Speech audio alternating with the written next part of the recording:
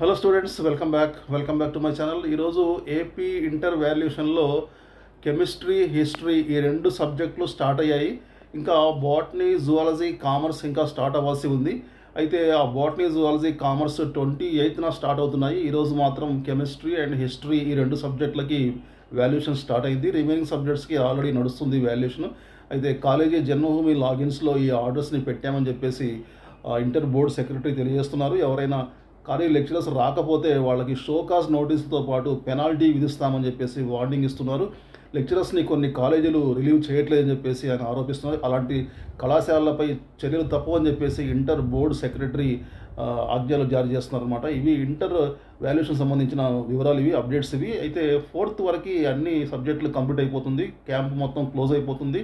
Second వీక్లోనే అనుకున్నట్టు results second వీక్లోనే వచ్చే అవకాశాలు ఎక్కువగా ఉన్నాయి. Inter results, AP inter results April second వీక్లో. Okay, thank you very much. మళ్ళీ కలుద్దాం న్యూ అప్డేట్స్తో. See very soon. Till then take care, bye bye, Jai Hind.